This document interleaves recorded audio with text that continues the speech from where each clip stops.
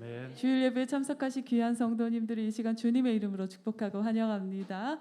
옆에 분들과 인사 나누실까요? 반갑습니다. 사랑합니다. 축복합니다. 인사하시겠습니다. 주님께서 저와 여러분을 오늘도 영광스러운 예배 자리에 불러주셨습니다. 이 시간 자리에서 다 일어나셔서 먼저 사도신경으로 신앙고백 주님께 올려드리시겠습니다.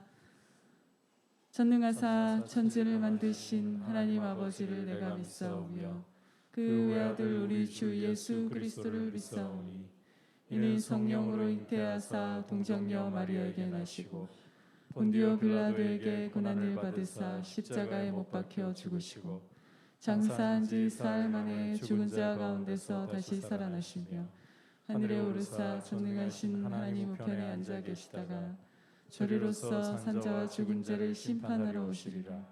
성령을 믿사오며 거룩한 공회와 성도가 서로 교통하는 것과 죄를 사하여 주시는 것과 몸이 다시 사는 것과 이 영원히 사는 것을 믿사옵나이다. 아멘.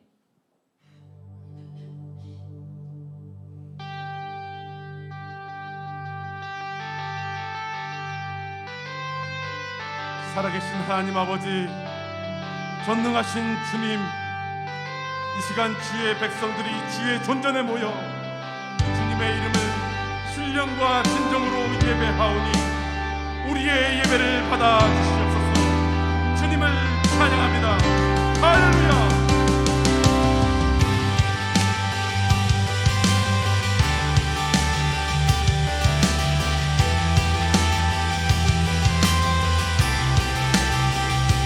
능력의 주 실패란 없네. 전능하신 주님 구하는 것보다 원하는 것보다 위대하신 주님, 위대하신 주 죽음도 이겨내신 주님 사셨네. 모든 역의 주 안에 승리하리. 우리 주 모든 역의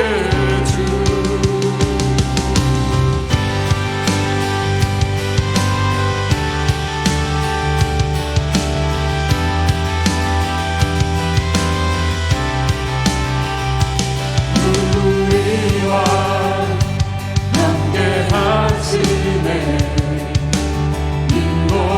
인도하시네.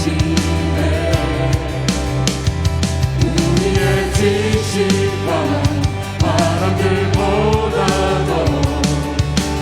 위대하신 죽음도 이겨내신 주님 사셨네. 모든 역의 주 안에 승리하리. 우리 주 모든 역의 주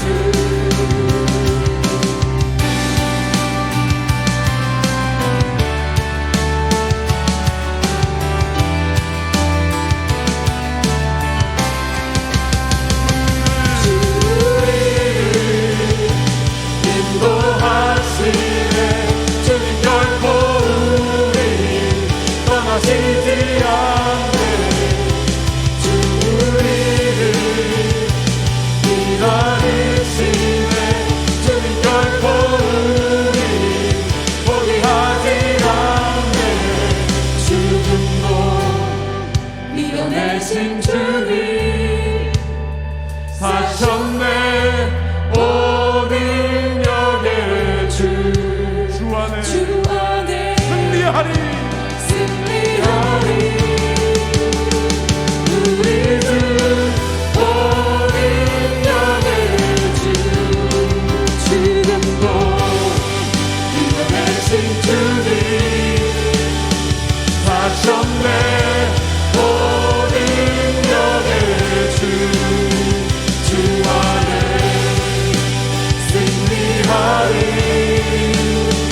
우리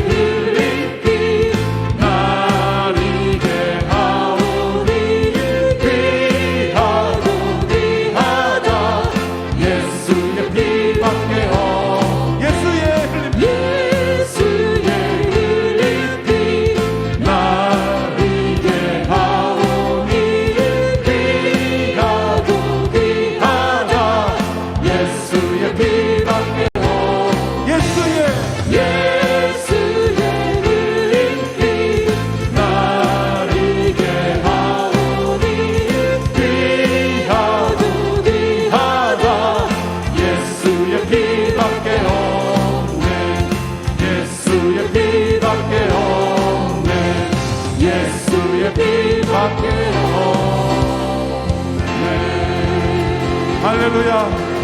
주님의 피가 우리를 회복시키십니다. 할렐루야.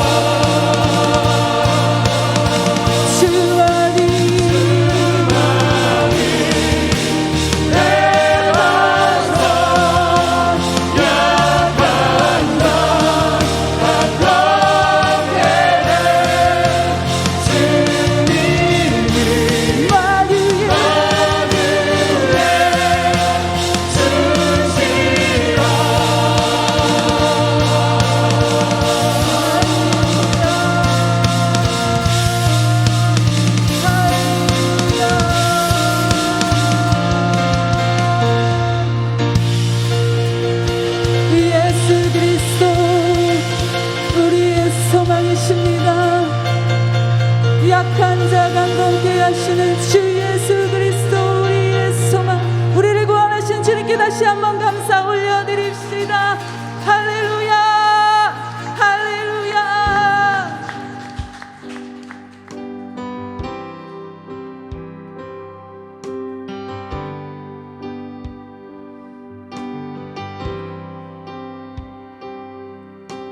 내 모든 것 나의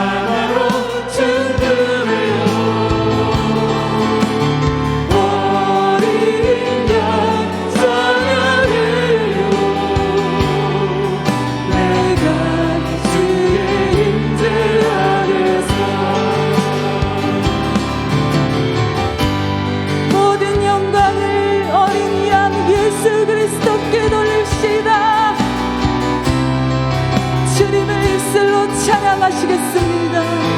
할렐루야. 주님 찬양합니다. 예수 그리스도 어린 양, 나를 위해서 죽임당하신 어린 양, 우리 죄에 죽임당하신 어린 양 예수. 어린 양 찬양해요. 내 평생 그 하나로 주드려요. 어린 양 찬양해요. 내가 주의 임재 안에서 다시 한번 어린 양 찬양합니다. 어린 양 찬양해요. 내 평생 그 하나로 주드려요. 어린 양 찬양해요. 내가 주의 임재 안에서 내가 주의 임재 안에서 내가 주의 임재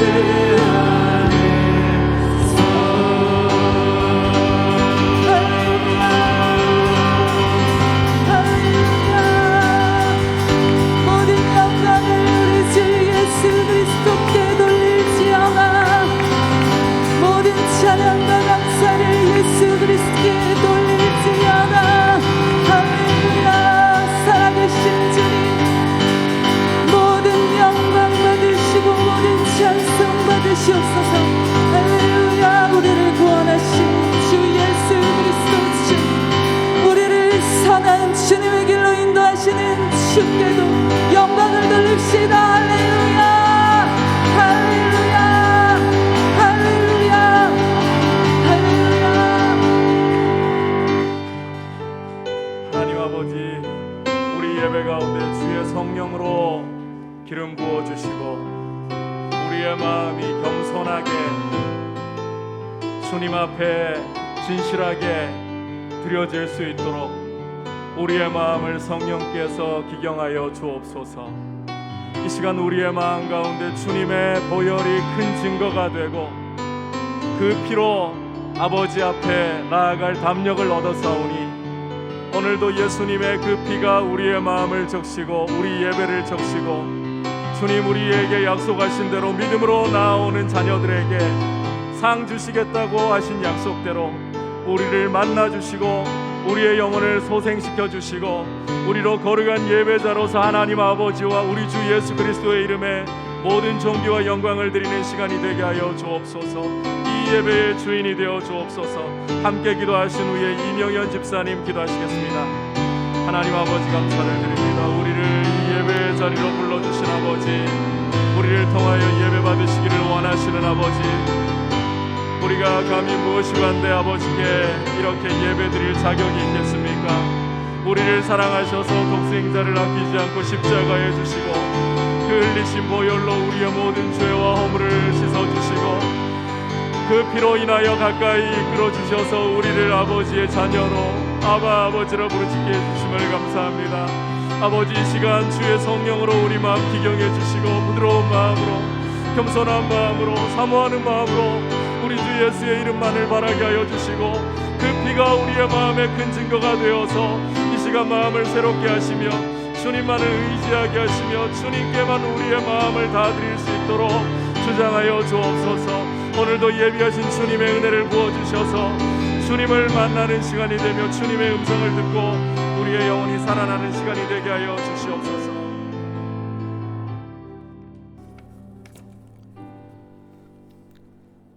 사랑과 은혜가 많으신 하나님 아버지 감사합니다. 오늘도 주님께 예배를 드릴 수 있도록 인도하여 주셔서 풍성한 은혜와 기쁨을 누릴 수 있는 시간 되게 하여 주시옵소서. 지난 주간에도 우리의 삶에서 저희들을 지켜주시고 은혜와 사랑 안에서 거하게 하셨으며 주님 전에 나왔으니 마음과 뜻과 정성을 모아 신령과 진정으로 드리니 온전한 예배가 될 수 있도록 인도하여 주시옵소서. 지속적으로 코로나 감염 확진으로 인해 교회 다니는 성도들이 떠나고 있사오니 이 시간 예배 가운데 주님의 큰 은혜가 머물게 하시어 믿음이 더욱 성장해 나가는 예배로 삼아 주시옵소서. 다시는 감염되는 일이 없도록 주님께서 보호하여 주시옵소서. 하루빨리 코로나 치료제가 개발되어서 고통에서 벗어날 수 있도록 주님께서 도와주시옵소서. 날마다 하루의 시작을 기도로 간구하게 하시고 주님의 음성에 기울이게 하여 주시옵고 주님의 뜻을 따라 길라잡이 삼아 살아가게 하여 주시옵소서. 세상적인 생각과 탐욕으로 우리의 마음을 빼앗기지 않도록 늘 말씀에 귀 기울이며 또한 환경과 시간을 허락하여 주옵소서. 교회 모든 성도들을 기억하여 주시고 함께하여 주시옵소서. 육신의 질병과 여러 가지 문제들로 심히 어렵고 연약 가운데 있는 성도들이 있습니다. 주님께서 찾아가셔서 십자가에 피 묻은 손으로 어루만져 주시고 치유의 은혜를 더하여 주시옵소서. 마음의 위로를 더하여 주시옵소서. 이길 수 있는 힘을 더하여 주시옵소서. 주님의 놀라운 은혜로 말미암아 간증거리가 날마다 늘어나게 하시옵소서. 천국의 백성이 늘어나게 하시고 세상의 악한 영들을 모두 사라지게 하셔서 참으로 아름다운 주의 세상이 되게 하여 주시옵소서. 오늘도 세워주신 목사님 말씀 선포하실 때 하나님의 능력과 감동으로 우리 모두 은혜 받는 시간이 되게 하여 주시옵소서. 오늘도 수고하고 무거운 짐을 내려놓사오니 받아 주옵시고 수고와 땀이 더해질 때마다 주님의 사랑하는 고백이 넘치게 하여 주시옵소서. 감사드리오며 거룩하신 예수님의 이름으로 기도하옵나이다. 아멘. 좋으신 하나님, 좋으신 하나님, 좋으신 하나님, 참 좋으신 나의 하나님. 우리의 기도를 응답해 주시는 우리의 기도를 응답해 주시는 참 좋으신 나의 하나님.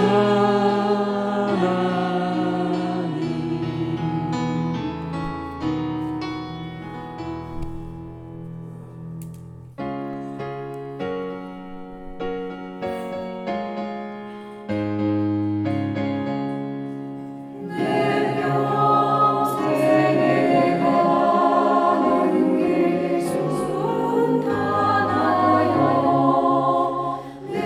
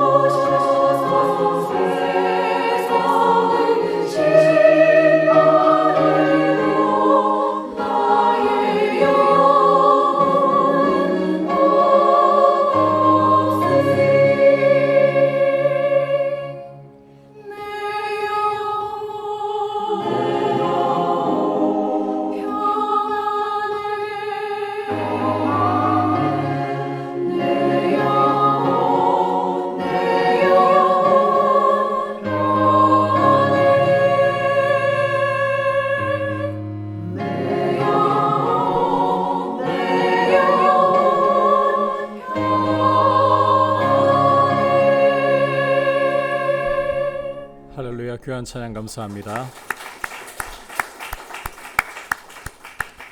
광고 말씀드립니다. 사회적 거리두기가 6월 31일까지 1.5단계로 유지가 되고 오는 7월 1일부터는 이제 4단계로 나뉘어 가지고 비수도권은 1단계에 해당하는 거리두기를 시행하게 됩니다. 그래서 별 이변이 없는 한에는 다음 주일부터는 좌석 수의 50%까지. 하지만 저희가 이 공간을 생각하고 거리를 생각한다면 더 이상의 좌석을 구겨 넣기는 포개 넣기는 무리일 것 같습니다. 오시는 대로 꽉꽉 채워서 예배 드릴 수는 있지만 그 이상의 의자는 넣지 않도록 하고요. 또 거리두기가 시행되면서 이제 새롭게 시행되면서 백신을 접종받으신 분들은 개수에 포함이 되지 않습니다. 이러한 부분에서 유리한 점이 있으시고요. 단 실내에서는 마스크를 벗지 않으셔야 됩니다. 외부에서는 거리가 확보될 때에 마스크를 벗으실 수 있지만 벌써부터 들뜬 가슴으로 실내에서도 마스크를 벗으시고 잔치를 벌이시는 분들이 종종 있다는 이야기를 제가 듣곤 합니다. 저희 교회 말고요. 아무튼 간에 저희가 지금 또 세계적으로는 델타 바이러스로 인해서 상당히 긴장감이 우려되는 상황에서 완화가 되기 때문에 여러분께서도 우리나라가 이 바이러스로부터 안전할 수 있도록 기도해 주시고 백신 접종이 원활하게 계속 잘 이루어질 수 있도록 함께 마음을 모아 주시길 바랍니다. 그리고 오늘 이제 27일 사역을 기점으로 해서 1년 동안에 우리 정진수 장로님과 신혜리 목사님이 11년 동안의 사역을 이제 쉼표를 찍으시고 안식년을 가지시게 되었습니다.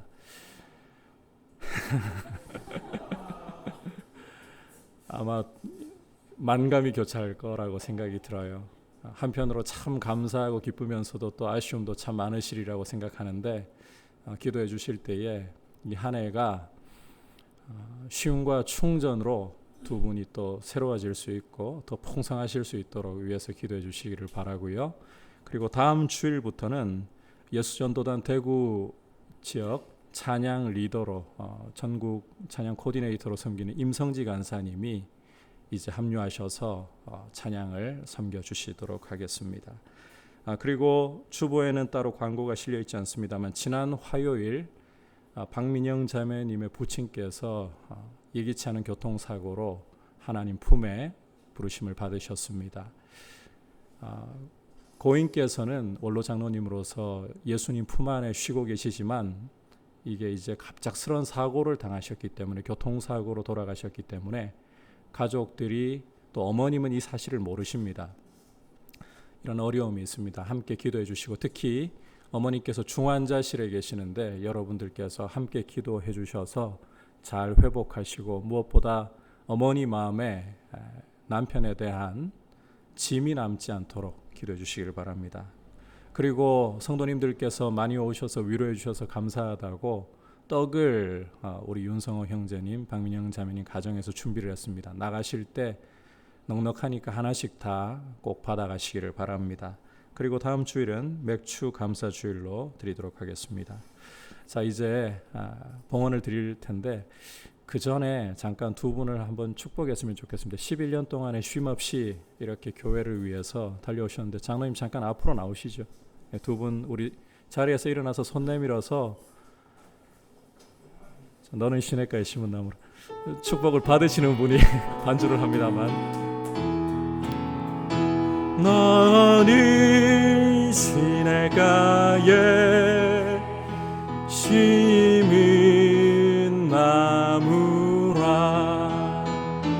하나님의 사랑 안에 믿음 뿌리 내리고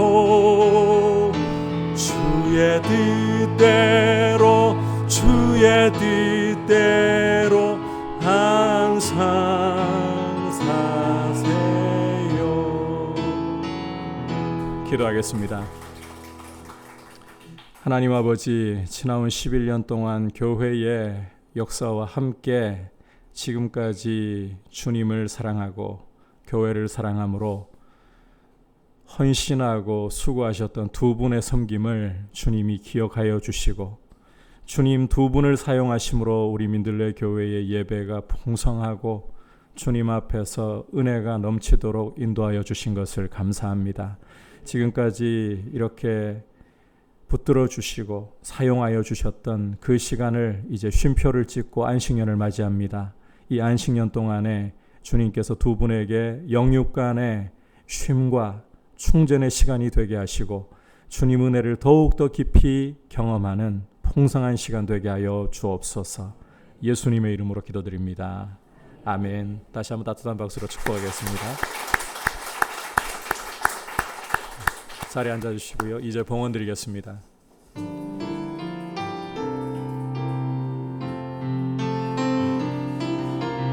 나의 생명을 드리니 주 영광 위하여 사용하옵소서. 내가 사는 날 동안에 주를 찬양하며 기쁨의 제물 되리. 나를 받아 주소서.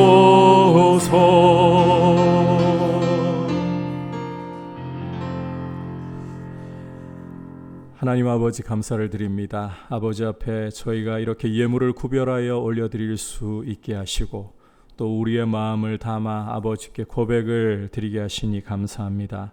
우리 성도님들 무엇을 하든지 어디에 있든지 간에 주님과 동행하며 주님을 기쁘시게 하는 귀한 믿음의 발걸음이 되도록 주의 전능하시고 자비하신 손길이 순간순간 이끌어 주시며 필요를 아시오니 주님께서 영광 가운데 부족함 없도록 생활을 도우시고 채워주시고 또 주의 은혜 가운데 어디에 있든지 바이러스로부터 안전하게 보호하여 주옵소서.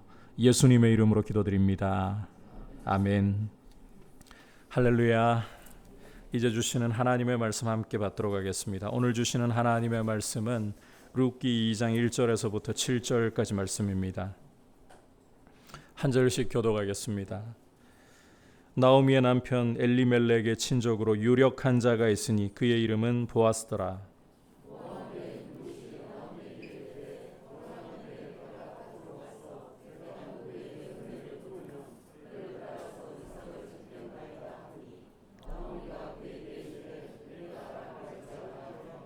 룻이 가서 베는 자를 따라 밭에서 이삭을 줍는데 우연히 엘리멜렉의 친족 보아스에게 속한 밭에 이르렀더라.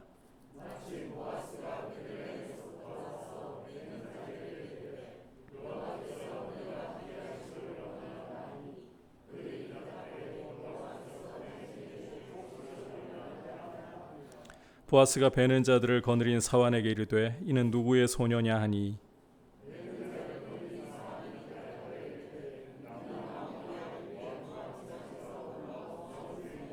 다같이 그의 말이 나로 베는 자를 따라 단 사이에서 이삭을 줍게 하옵소서 하였고 아침부터 와서는 잠시 집에서 쉰 외에 지금까지 계속하는 중이니이다.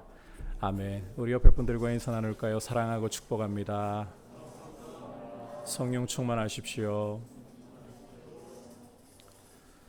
자기 가치를 인정받고 싶지 않거나 가치 있는 삶을 살고 싶지 않은 사람은 세상에 없을 겁니다. 하지만 그런 내적이고 깊은 갈망에도 불구하고 모든 사람이 가치 있는 삶을 사는 것은 아닙니다. 여러분은 과연 가치 있는 삶이 무엇이라고 생각을 하고 계십니까? 남들이 갖지 못한 재력을 갖추고 힘을 손에 거머쥐는 것입니까? 그러한 삶은 남들이 성공했다고 부러워할 수는 있지만 그 자체로 가치 있다라고 할 수는 없습니다. 자, 그렇다면 무엇이 가치 있는 삶인가? 단언컨대 다른 사람을 회복시키고 생명의 통로가 되는 삶, 이것이야말로 어떤 것보다 가치 있는 삶이다라고 여러분들께 말씀을 드리고 싶습니다. 남수단 톤즈에서 교육과 치료로 많은 선한 영향력을 끼쳤던 고 이태석 신부님에 대해서 여러분 들어보셨을 겁니다. 물론 우리와 입장이 다르지만 이분이 한 일에 대해서는 우리가 함부로 폄하해서는 안 됩니다. 존중받을 가치가 있어요. 얼마 전에 수단에서 그분이 가르치셨던 제자 중 하나가 인터뷰에 나온 것을 볼 기회가 있었습니다.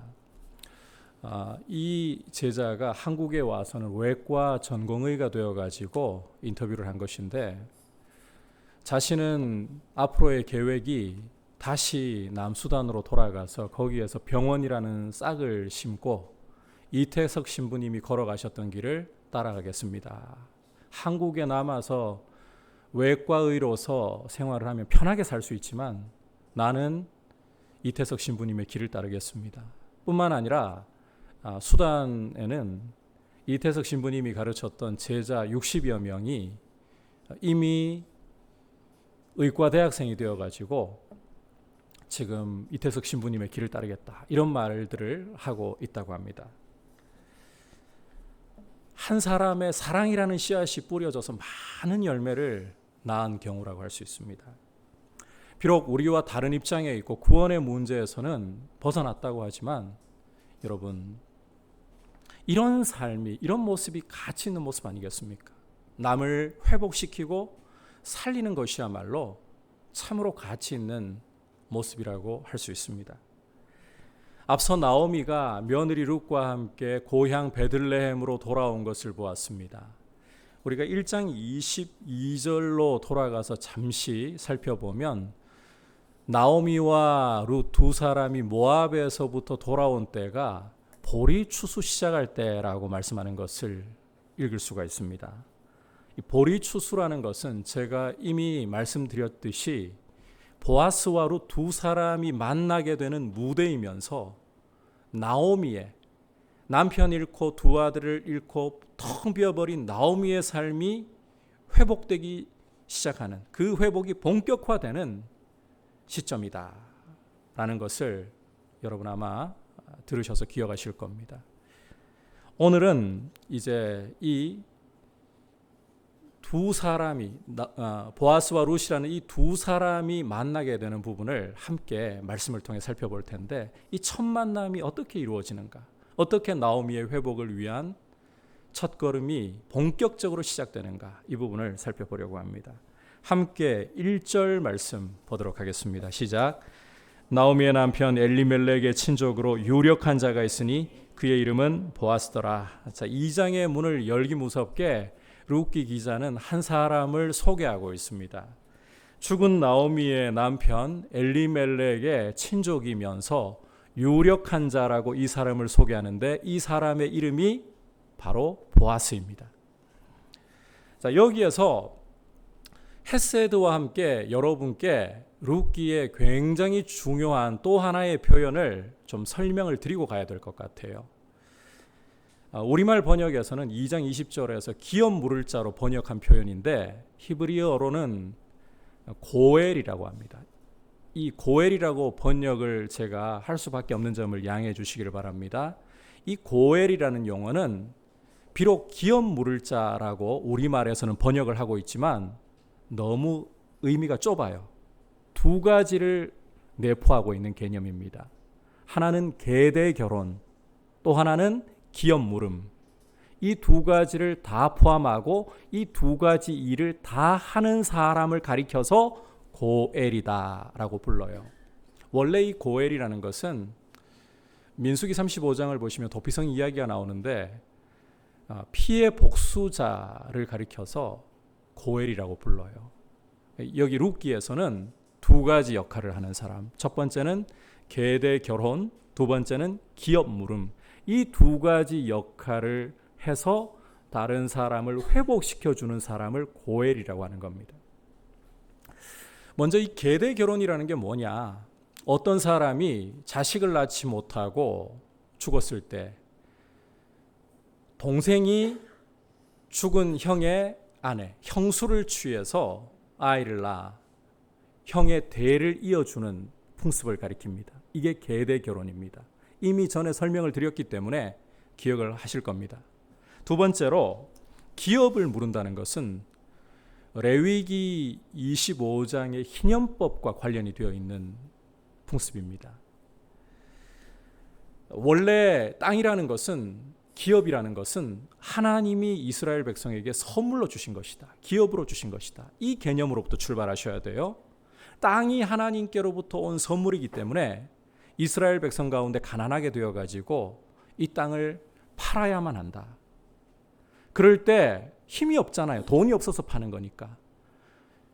가족이나 친척 가운데에 힘이 있는 사람이 이 땅을 사서 하나님께서 주신 기업이기 때문에 회복시켜주는 것.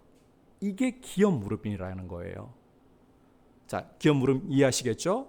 고엘이라는 것은 이렇게 대를 이어주는 역할, 망자의 대를 이어주는 역할, 그리고 가난하게 되어서 자기 기업인 땅을 유지할 수 없을 때 그것을 사서 회복시켜주는 역할, 이 두 가지를 하는 역할을 하는 사람을 가리킨다.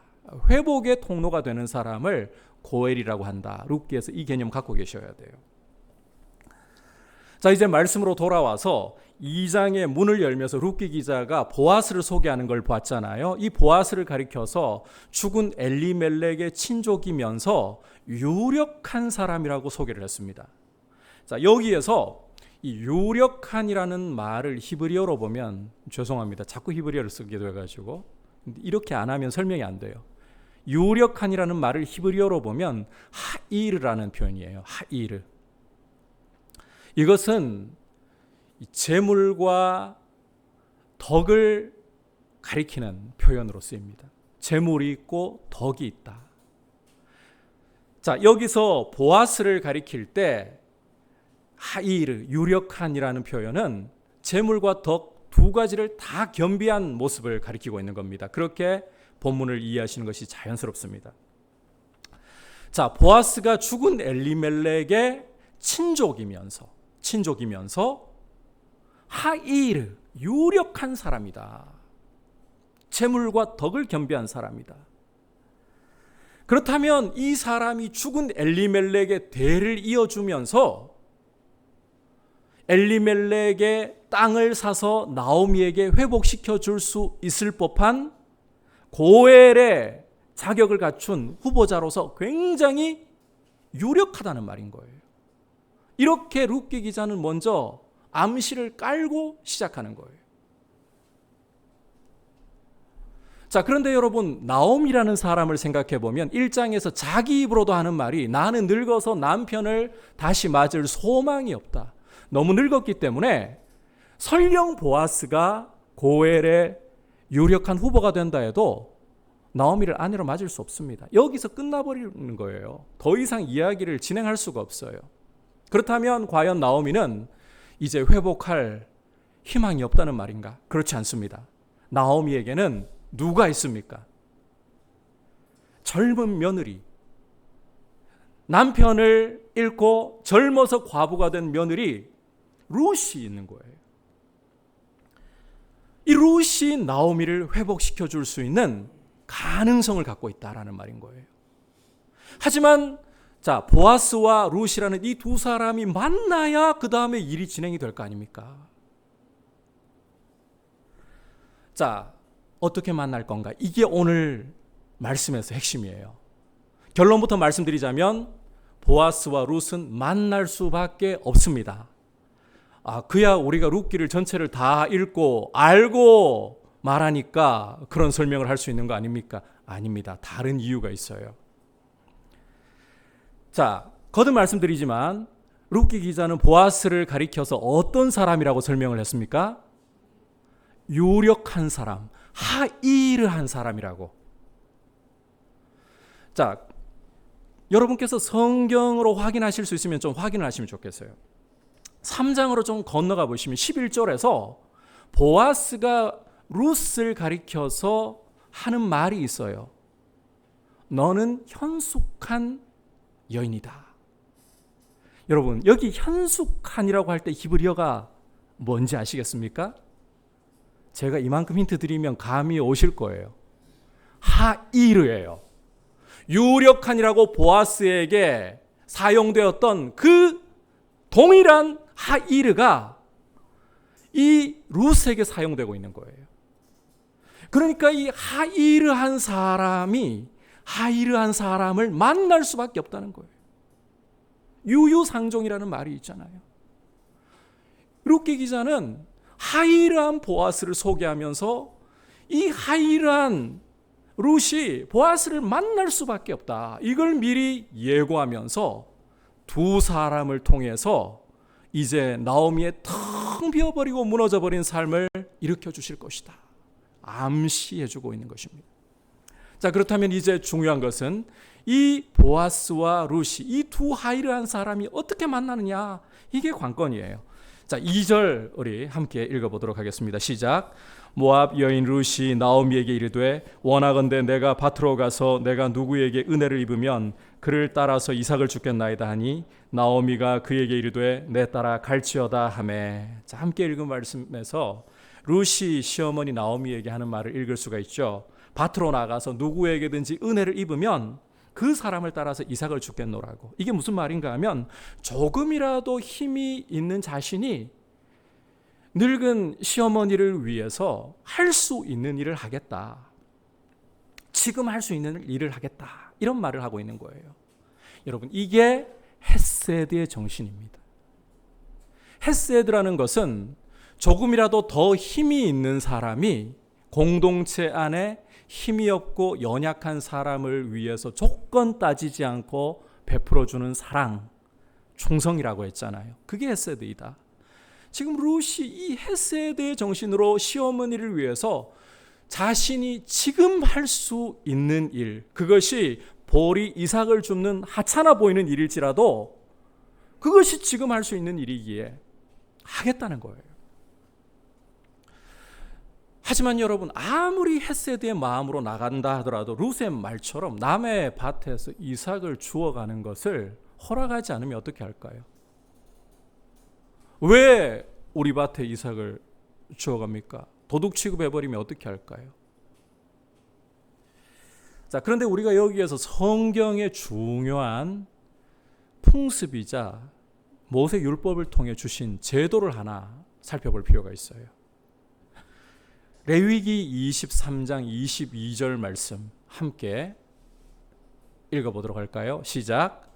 너희 땅에 곡물을 벨 때에 밭 모퉁이까지 다 베지 말며 떨어진 것을 줍지 말고 그것을 가난한 자와 거류민을 위하여 남겨두라. 나는 너희의 하나님 여호와이니라. 자, 이 말씀을 따라서 밭으로 나가보면 하나님을 경외하면서 말씀에 순종하려고 하는 사람은 밭을 베더라도 모퉁이 쪽은 곡식을 남겨 놓을 겁니다. 곡식단을 묶으면서 떨어진 이삭 남겨 놓을 거라는 말이에요. 이런 제도가 있기 때문에, 이런 말씀이 있기 때문에 룻은 밭으로 나가는 거예요. 이해하시겠죠? 그냥 우리 문화처럼 이삭 하나까지도 싹싹 긁어버리려는 문화가 아니에요. 그런데 나오미 반응을 보면 좀 시큰둥한 느낌이 들어요. 여러분께서 성경을 읽어보시면 나오미가 별 기대가 없이 내 따라 가라 이렇게 대답을 하는 것 같은데, 그럴 만도 하다고 느끼는 게 이 시대가 하나님이 주신 가난하고 궁핍한 자를 위한 제도가 있어도요, 사사들이 치리하는 때라고 했습니다. 다시 말해서 사람들이 각기 자기 보기 옳은 대로 행하고 하나님 말씀이 무시를 받는 시대란 말이에요.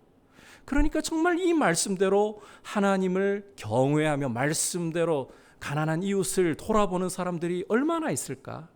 별 기대가 없는 거죠. 그래서 잘하면 그런 사람 만날 것이고 안 되면 겨우 입에 풀칠이나 할 것이고, 이 정도로 그냥 기대 없이 내보내는 거예요. 그런데 여러분, 바로 이 부분에서 이제 재미있는 아주 중요한 일이 일어납니다. 함께 3절 읽어보겠습니다. 시작. 룻이 가서 베는 자를 따라 밭에서 이삭을 줍는데 우연히 엘리멜렉의 친족 보아스에게 속한 밭에 이르렀더라. 자, 룻이라는 여인은 시어머니를 따라서 처음으로 이스라엘 땅에 베들레헴 땅에 이른 것입니다. 따라서 이 베들레헴이 어떤 성읍인지, 여기에 누가 살고 있는지, 밭은 누구에게 속한 건지 전혀 아는 바가 없어요. 전혀 몰라요. 그저 곡식 베는 사람이 있는 밭 발견하면 거기 가서 허락을 구하고 허락해 주면 죽을 수 있는, 이게 전부라는 거예요. 거기서 박대당하면 또 다른 곳 찾아봐야 되는 거고, 혹시나 그럼에도 불구하고 흘린 거 죽을 수 있으면 겨우 죽는 수준이고. 그런데 여러분, 룻이 어떤 밭을 보고 거기 베는 사람들이 있어가지고 갔는데, 허락을 받았는데 보니까 누구의 밭이었더라? 죽은 엘리멜렉의 친족인 보아스의 밭이었더라는 거예요. 이르고 보니까, 우연히도 이르고 보니까 보아스의 밭이었다라는 거예요. 자, 여기에서 성경 기자가 우연히라고 쓴 표현을 여러분 주목을 해보셔야 합니다.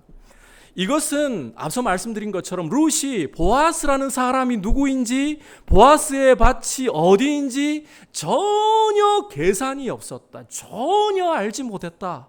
그냥 발걸음 닿는 대로 보리 베는 사람 있는 곳에 가보니까 보아스의 밭이었다. 이걸 강조하고 있는 거예요.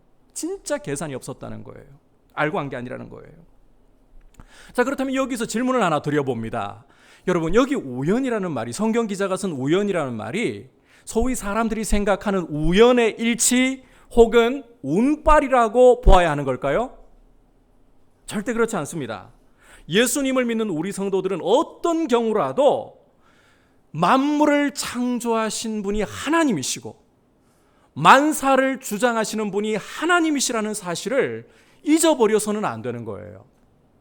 다시 말해서 천지 만물 가운데에 소소한 일들부터 해서 가장 큰 사건에 이르기까지 하나님의 손이 미치지 못하는, 하나님의 통치가 미치지 못하는 일은 하나도 없다. 이걸 우리가 꼭 기억을 하고 있어야 한다는 겁니다. 이것은 지난 시간 나오미의 말을 통해서도 우리가 보았던 부분이잖아요.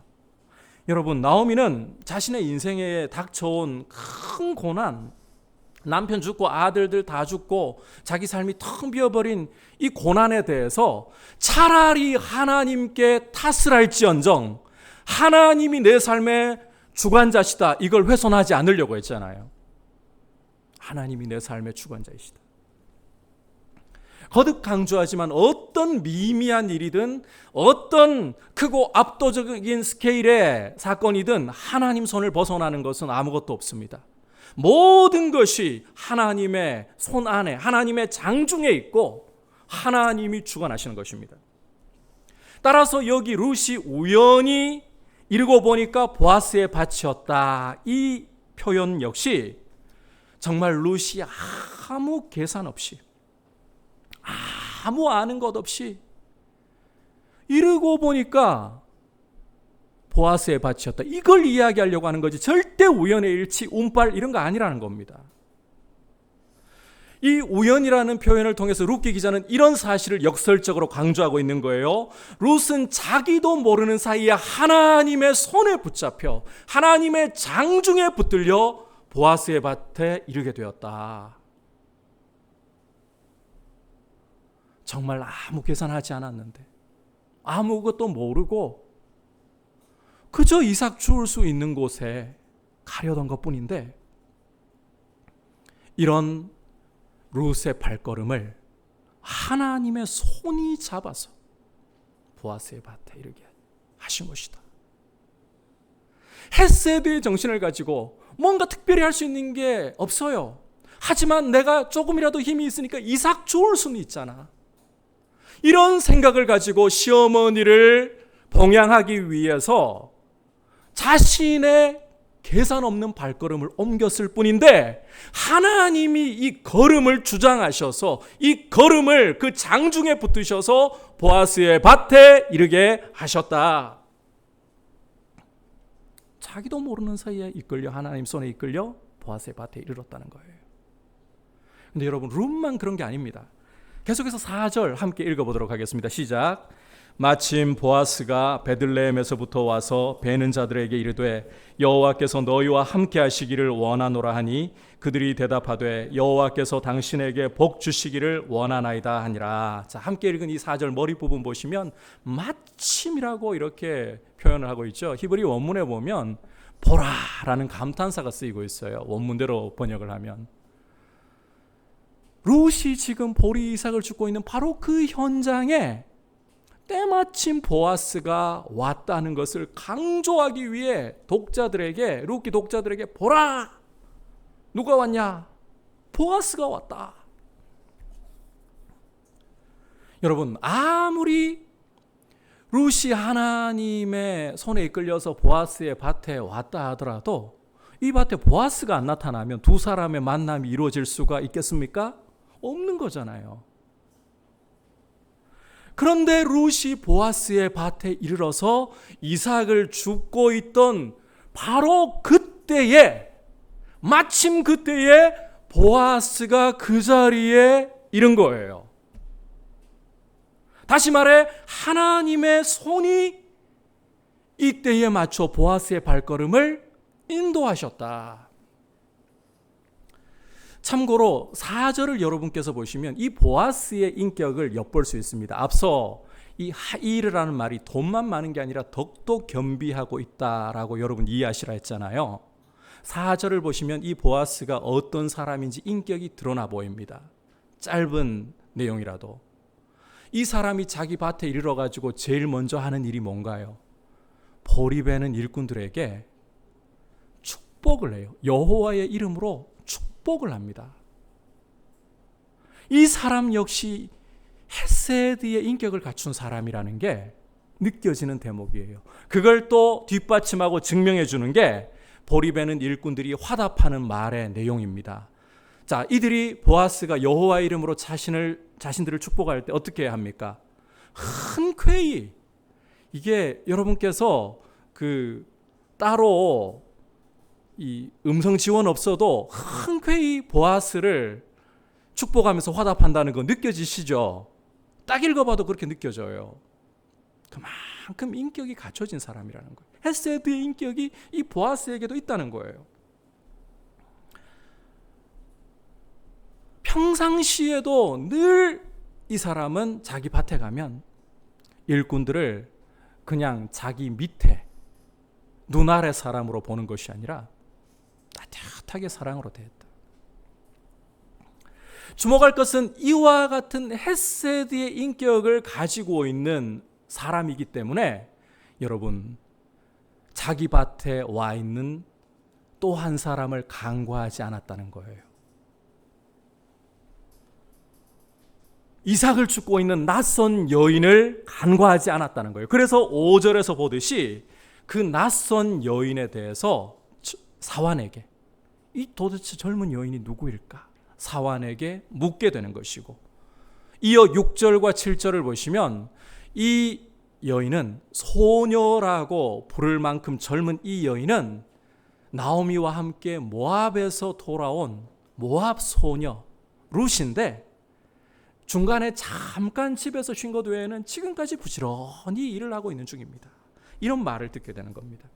이로써 보아스와 룻이 유의미한 만남을 가질 수 있는 발판이 마련되는 거예요. 이 첫 만남의 순간이라는 거예요. 결국 두 사람을 여러분 정리를 해보면 보아스나 룻이나 간에 두 사람 다 헤세드의 정신을 가지고서 자신에게 주어져 있는 자리에서 자신의 발걸음을 성실하게 옮긴 것 말고는 따로 없습니다. 그런데 이 걸음이, 이 헤세드의 마음으로 내디딘 그 한 걸음 한 걸음이 자신들도 모르는 사이에 하나님의 장중에 붙잡혀서 이 역사적인 나오미의 삶을 회복시키기 시작할 뿐만 아니라 룻을 통해 태어날 아이 오벳을 통해 다윗, 이스라엘의 회복을 일으킬 아이가 태어날 그 발걸음을 내딛게 된 거예요. 이런 하나님의 인도하심이 여기 있다는 거예요. 여러분, 우리가 내딛는 우리 삶의 발걸음 하나하나가 우리의 마음이 가는 대로 내딛는 것 같습니다. 우리의 결정대로 내딛는 것 같습니다. 그러나 룻과 보아스에게서 보듯이 우리의 발걸음이라는 것은 그냥 단순히 내 마음대로 내딛는 걸로 끝나는 게 아닙니다. 이러한 걸음들 하나하나가 하나님의 주권과 통치 아래에 있는 줄 믿으시기를 바랍니다. 우리 함께 잠언 16장 9절 말씀에 좀 귀를 기울여 보기를 원합니다. 같이 읽어보겠습니다. 시작.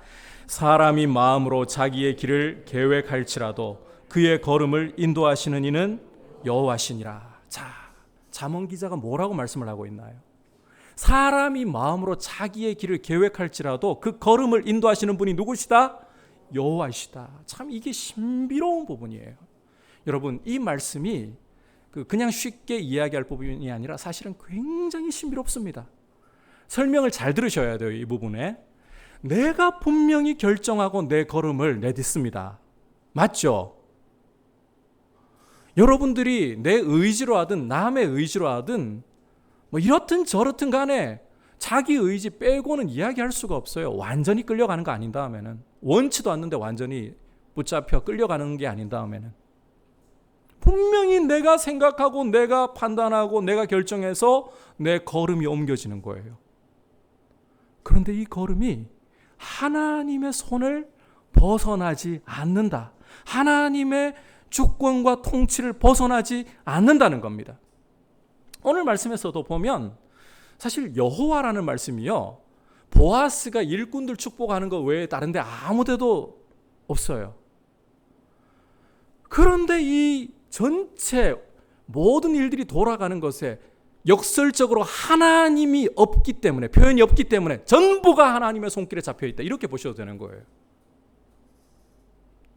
그처럼 우리 삶도 우리가 계획하고 우리가 내딛는데 하나님 손을 벗어날 수가 없는 거예요. 자, 그렇다면 이제 여기에서 우리가 오만하고 어리석은 생각으로 이런 말을 하는 경우가 생기지 않을까, 이런 생각을 하는 경우가 생기지 않을까 우려가 되는 부분이 있기 때문에 여러분께 이 부분 짚고 좀 가려고 합니다. 어떤 경우인가 하면 죄를 자기가 지어놔놓고 하나님께 원망하는 거예요. 죄를 지어놓고 하나님 왜 나를 이렇게 죄의 길로 가도록 내버려 두시고 나를 이렇게 하나님께서 나쁜 길로 인도하신 겁니까? 여러분, 이런 생각을 안 가질 것 같지만 가질 수 있어요. 저도 가져봤어요, 과거. 왜 안 잡아주시고 내가 죄 짓도록 내 걸음 이렇게 인도하시냐.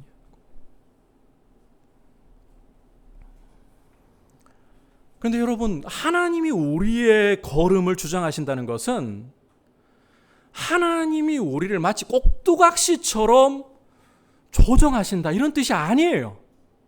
그래서 제가 신비라는 표현을 쓰는 겁니다. 분명히 내가 내 의지를 가지고 결정하고 나의 판단을 가지고 결정하고 내 발걸음을 딛습니다. 그런데 이 걸음이 알고 보면 하나님의 통치를 벗어나지 않는다는 거예요.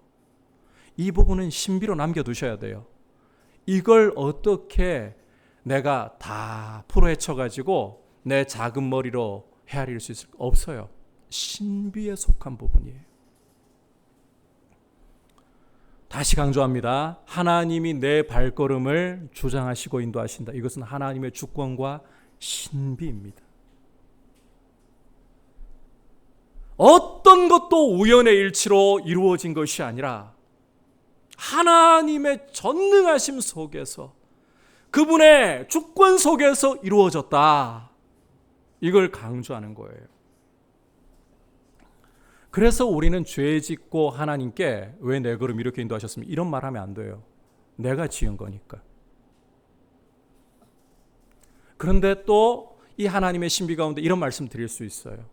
우리가 하나님 앞에 회개하면, 하나님 품으로 달려가면, 도와주세요, 나를 도와주세요라고 하나님을 의지하며 달려가면 이 죄로 망가졌던 걸음마저도 하나님은 요엘 2장을 읽어보시면 팥종이가 먹어버린 횟수대로 너희에게 갚아주리라. 우리의 유익이 되도록 바꾸어 주실 수 있어요. 신비예요, 신비. 따라서 중요한 게 뭐냐? 우리 편에서 하나님의 말씀에 순종하려고 해야 돼요. 우리의 걸음을 하나님이 인도하시니까 그냥 내가 가는 대로 가는 것이 아닙니다. 하나님의 말씀에 순종하려고 나의 의지로 결정하고 그렇게 내 발걸음을 디뎌야 하는 거예요. 동시에 우리가 이 신비 가운데서 인정해야 되는 것은 나의 걸음을 주장하고 인도하실 하나님이 내 주인이시다. 이렇게 인정해야 된다는 거예요. 룻기의 표현으로, 오늘 말씀의 표현으로 여러분에게 설명드리자면, 우리의 일상의 삶을, 여러분 성경 내용이 우리하고 이게 동떨어져 있는 삶이 아니에요. 일상생활 속에서 이루어지는 삶이에요.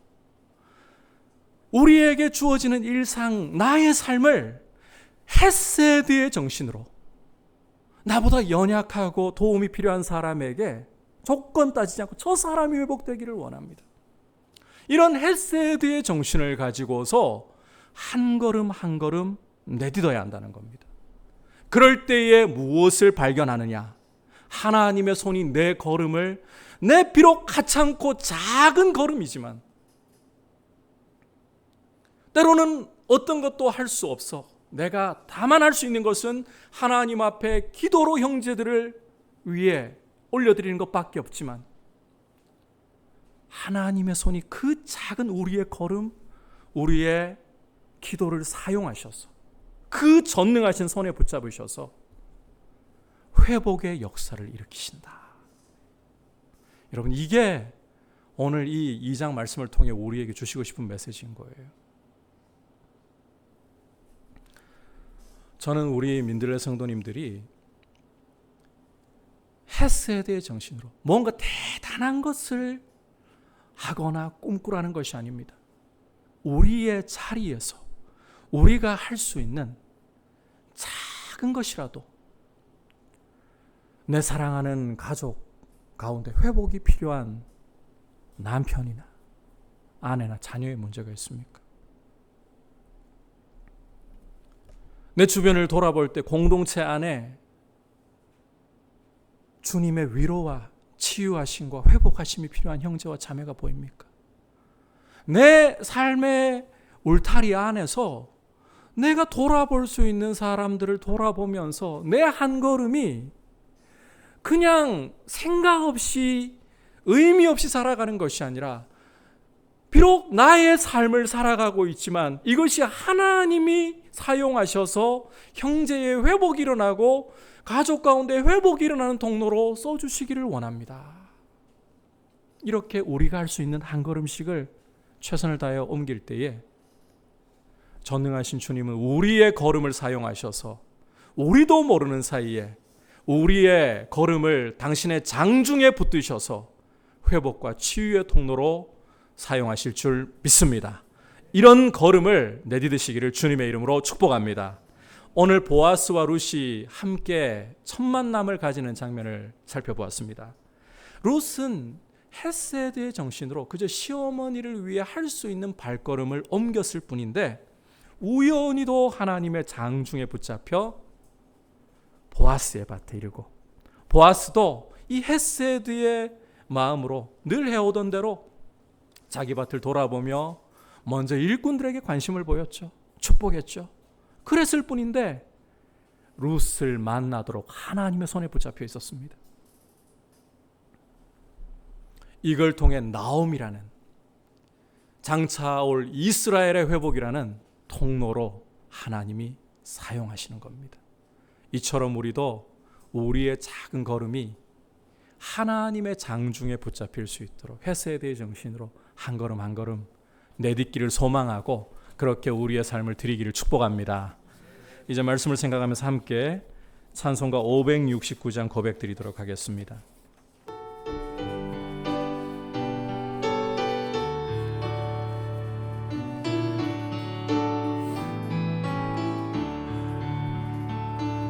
선한 목자 되신 우리 주 항상 인도하시고 푸른 풀밭 좋은 곳에서 우리 먹여주소서.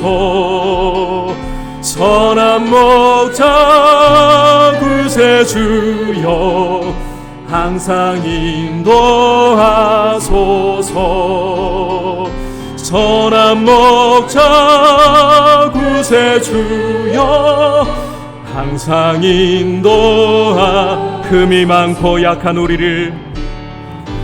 흠이 많고 약한 우리를 용납하여 주시고 주의 넓고 크신 은혜로 자유 얻게 하셨네. 선한 목자 구세주여 지금 나아갑니다. 선한 목자 구세주여 지금 나아감. 일찍 주의 뜻을 따라서 살아가게 하시고 주의 크신 사랑 베푸사 따라가게 하소서. 선한 목자 구세주여 항상 인도하소서. 선한 목자 구세주여 항상 인도하소서. 이 시간 함께 기도할 때에 특별한 걸음이어서가 아닙니다. 헤세드의 정신으로 우리를 사랑하셔서 자격 없는 우리를 위해 독생자도 아끼지 않고 주신 아버지의 이 모습을 따라 나도 내 주변의 형제와 자매들을 조건을 보고서 사랑하고 충성하는 것이 아니라 하나님의 이 헤세드의 모습을 따라 사랑하기를 원합니다. 이 마음으로 내가 딛는 발걸음이 작은 것이라도 그와 같은 정신으로 디딜 때에 하나님은 우리의 걸음을 붙드셔서 치유와 회복의 걸음으로 사용하실 수 있다고 하셨습니다. 이 시간 말씀을 생각하면서 내가 헤세드의 정신으로 내 한 걸음 한 걸음 내딛고 싶습니다. 치유와 회복의 통로로 주님 쓰임받는 삶이 되고 싶습니다. 우리가 잡시면서 기도하겠습니다. 하나님 아버지 감사를 드립니다. 오늘 말씀을 통해서 헤세드의 마음으로 작은 한 걸음을 내딛은 것에 불과하지만 그저 시어머니를 위해 할 수 있는 보리 이삭을 주로 내딛은 발걸음에 불과했지만 하나님의 장중에 붙잡혀 보아스와의 만남을 가지게 되는 룻의 모습과 또한 자신의 삶 속에 일상적으로 하던 대로 사람을 무시하거나 함부로 하대하지 않고 따뜻하게 축복하며 존중하는 이런 헤세드의 마음을 가지고서 자기 밭을 돌아볼 뿐이었던 보아스의 걸음을 하나님 인도하셔서 룻을 만나게 하시는 것을 보았습니다. 아버지, 우리의 마음이 헤세드의 마음으로 독생자를 아끼지 않고 우리 위해 주신 그 마음을 따라 아버지, 우리도 참때 묻고 연약한 모습에 불과하지만 주님의 보혈로 새롭게 하시고 작은 한 걸음을 주님을 위하여 이웃을 위하여 내딛을 수 있도록 도와주셔서 치유와 회복의 통로로 하나님 아버지 사용하여 주시옵소서. 우리 공동체 안에 고통 가운데 위로가 필요하고 치유가 필요한 형제와 자매들을 주님 돌아보시고 회복시켜 주시옵소서. 영육 간에 강건함을 주시기를 원하고 주의 은혜 가운데 새로운 힘을 얻어 아버지 일어날 수 있도록 주님 붙들어 주옵소서. 주님의 치유하심이 온 공동체를 회복시켜 주옵소서. 우리 한국교회를 회복시켜 주옵소서. 자리에서 일어나서 흠이 많고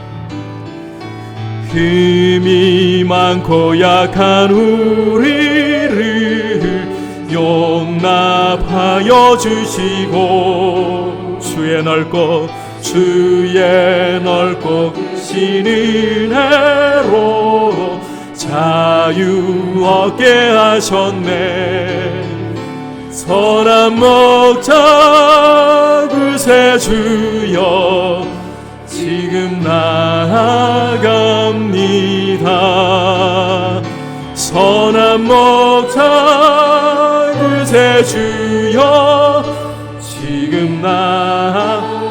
일찍 주의 뜻을 따라서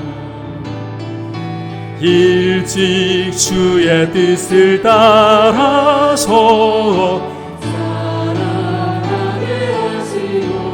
주의 크신 사랑 주의 크신 사랑 베푸사 따라가게 하소서. 선한 목자 구세주여 항상 인도하소서. 선한 목자 구세주여 항상 인도하소서.